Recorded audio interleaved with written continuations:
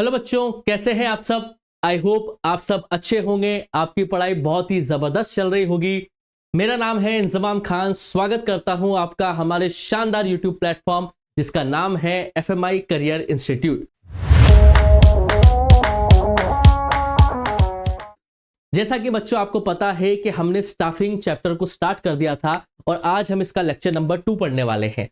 अगर अभी तक आपने बच्चों इसका लेक्चर नंबर 1 नहीं पढ़ा है, जिसमें हमने स्टाफिंग का इंट्रोडक्शन समझा था, स्टाफिंग के मीनिंग को समझा था और स्टाफिंग के इंपॉर्टेंस और बेनिफिट्स को हमने समझा था कि आखिर स्टाफिंग का मतलब क्या होता है, स्टाफिंग के इंपॉर्टेंस क्या होते हैं या फिर स्टाफिंग के बेनिफिट्स क्या होते हैं। अगर अभी तक आपने वो नहीं पढ़े हैं बेटा, तो प्लेलिस्ट में आप जाके देख सकते हैं। वहां पे स्टाफिंग नाम से एक प्लेलिस्ट आपको मिल जाएगी जिसमें आपको लेक्चर नंबर 1 मिल जाएगा।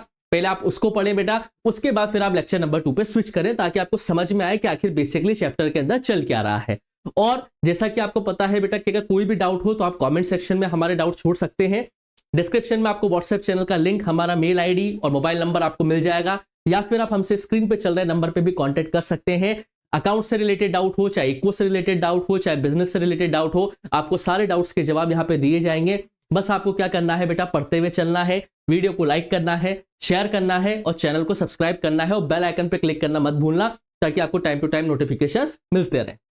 तो चलिए बच्चों, बिना किसी देरी के हम आज इस स्टाफिंग के चैप्टर को आगे बढ़ाते हैं और आज हम क्या पढ़ने वाले हैं। तो फटाफट से हम एक बार देखते हैं बेटा कि हमने लेक्चर नंबर 1 में क्या पढ़ा था। तो लेक्चर नंबर 1 में बेटा हमने पढ़ा था इंट्रोडक्शन कि आखिर स्टाफिंग क्या होता है, जिसमें हमने बात करी थी finding the right person for the right job, के एक सही इंसान को चूज करना है सही जॉब के हिसाब से, उसकी क्वालिफिकेशन के हिसाब से, ताकि वो किसी काम को बेहतरीन तरीके से या 100% इफेक्टिवनेस या एफिशिएंसी के साथ कर पाए।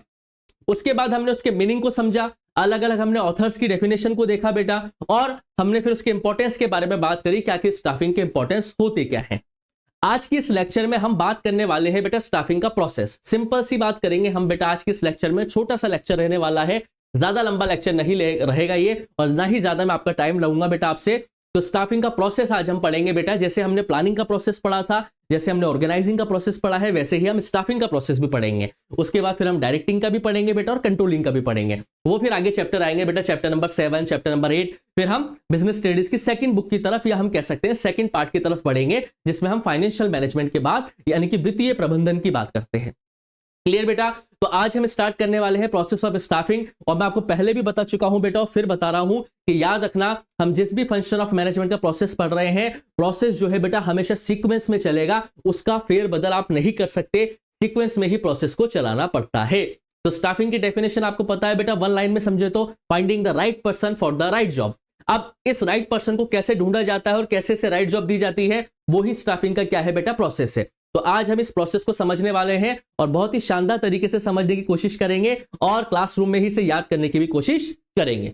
चलिए बेटा स्टार्ट करते हैं। तो प्रोसेस ऑफ स्टाफिंग में पहला स्टेप आता है बेटा estimating the main power requirement. अब आप बोलोगे सर सीधे रिक्रूटमेंट कर दो, नहीं, सबसे पहले आपको एस्टिमेट लगाना पड़ेगा कि आपको अपनी कंपनी के अंदर कितने मैन पावर की जरूरत है। समझते हैं बेटा इसमें क्या थ्योरी है। पहले हम थ्योरी पढ़ेंगे बेटा, उसके बाद समझने की कोशिश करेंगे। देखिए, staffing process begins with the estimating of man power requirement. मतलब सबसे पहले स्टार्ट होता है एस्टिमेट लगाना मैन पावर रिक्वायरमेंट, मतलब finding out number and type of employees, यानी कि हमें कितने नंबर चाहिए, मतलब कितने नंबर ऑफ एम्प्लॉयज का चाहिए और किस टाइप के हमें एम्प्लॉयज चाहिए बेटा, ताकि ऑर्गेनाइजेशन का काम इफेक्टिवली हो सके। Estimating the main power requirement का मतलब क्या है बेटा, मेन पावर रिक्वायरमेंट का एस्टिमेट लगाना कि हमें कितने नंबर ऑफ एम्प्लॉयज की रिक्वायरमेंट है, किस टाइप ऑफ एम्प्लॉयज की रिक्वायरमेंट है भविष्य में। और इस एस्टिमेशन को लगाने के लिए कोई भी कंपनी 2 स्टेप से काम करती है। वो कौन से 2 स्टेप्स हैं बेटा, एक एक को अच्छे से समझते हैं।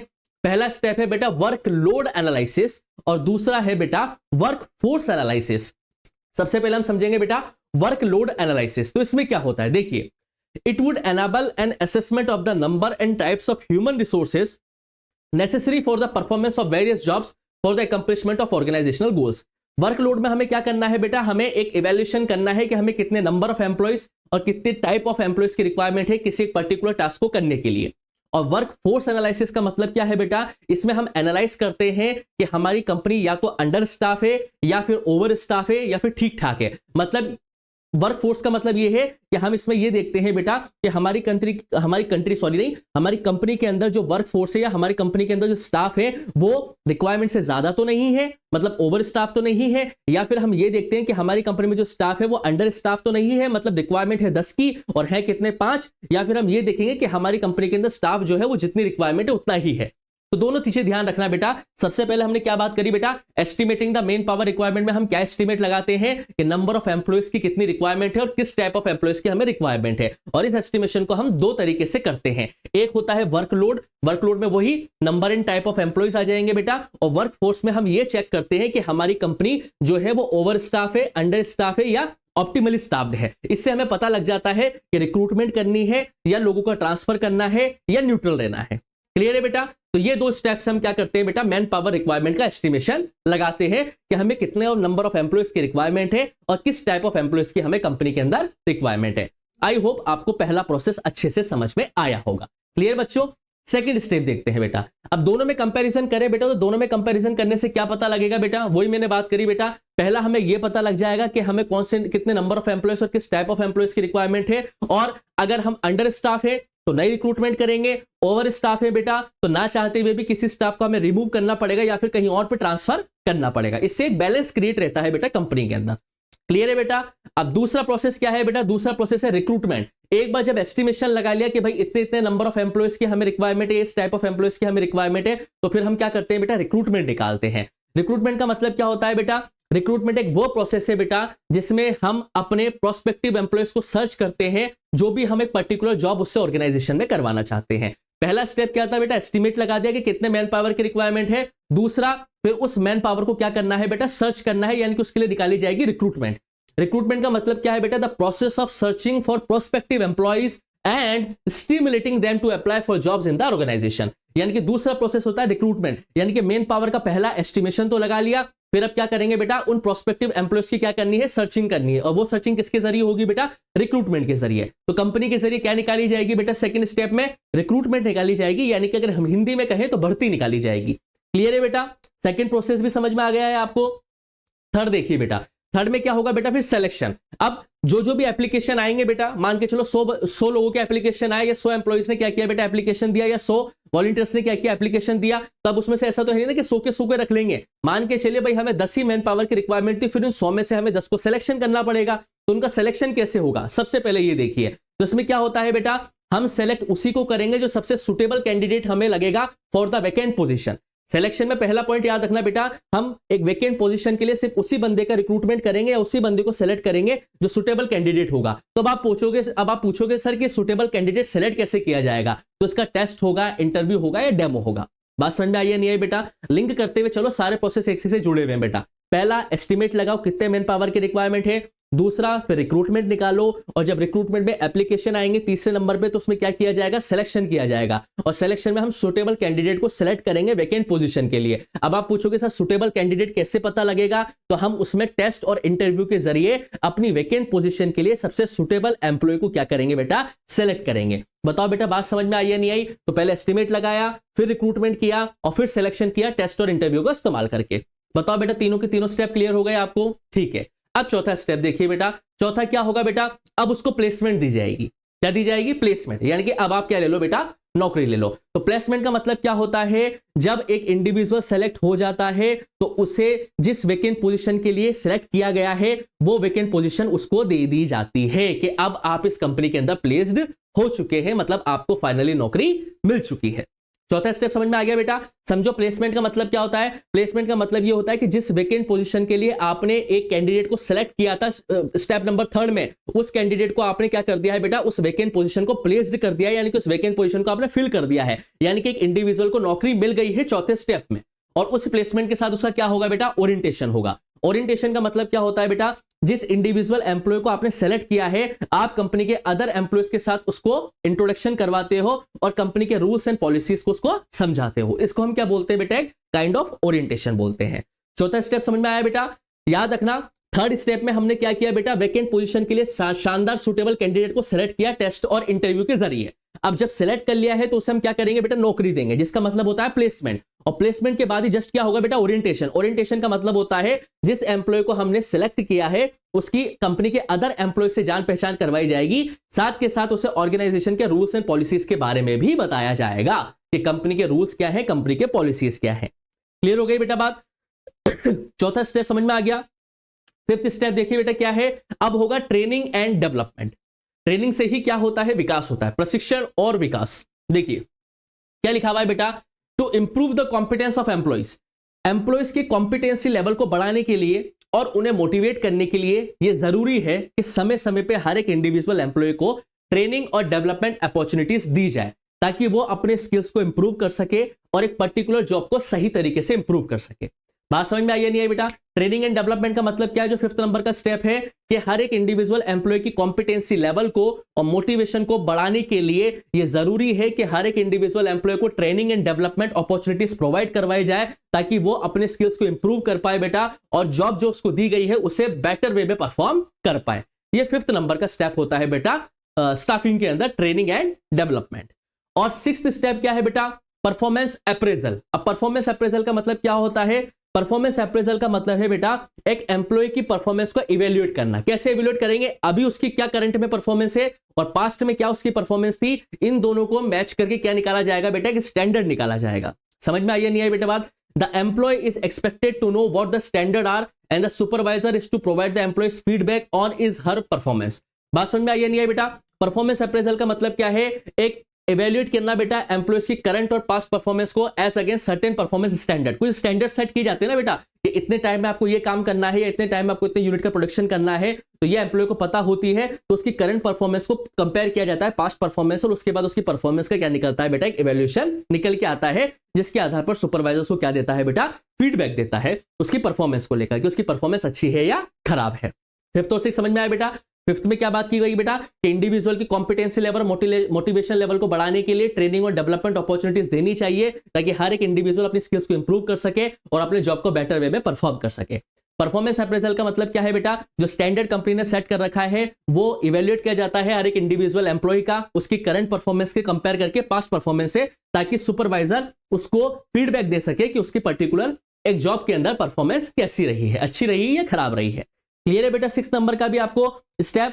और सेवंथ देखिए बेटा क्या लिखा हुआ है, promotion and career planning. Promotion जो है बेटा हर एक इंडिविजुअल के करियर के लिए बहुत ही इंपॉर्टेंट होता है। इसका मतलब यह होता है कि एक इंडिविजुअल की पोजीशन को बढ़ाना, लेकिन सिर्फ पोजीशन बढ़ाना ही नहीं होता है, पोजीशन बढ़ाने के साथ साथ उसकी रेस्पॉन्सिबिलिटी भी क्या होती है बेटा, बढ़ती है। प्रमोशन का मतलब सिर्फ ये समझते हैं कि बेटा ज्यादा पैसा मिल जाना, ऐसा नहीं है। प्रमोशन में अगर डेजिग्नेशन बढ़ती है बेटा तो डेजिग्नेशन के साथ साथ आपकी इनकम भी बढ़ती है और इनकम के साथ साथ आपकी रेस्पॉन्सिबिलिटी बढ़ती है। जो असिस्टेंट मैनेजर से मैनेजर बढ़ेगा तो भले ही उसका पैकेज बढ़ जाएगा, भले उसकी सीटीसी बढ़ जाएगी, लेकिन साथ के साथ उसकी रेस्पॉन्सिबिलिटी भी क्या होगी बेटा, बढ़ेगी। तो प्रमोशन एंड करियर प्लानिंग का मतलब क्या है बेटा, प्रमोशन एक इंपॉर्टेंट पार्ट होता है एक इंडिविजुअल के करियर का। इसका मतलब होता है कि जिस पोजीशन पे वो है उससे एक अपर लेवल की पोजीशन उसे दे देना और साथ के साथ उसकी रेस्पॉन्सिबिलिटी को भी बढ़ा देना, जिससे उसकी रेस्पॉन्सिबिलिटी भी बढ़ेगी और इनकम भी बढ़ेगी।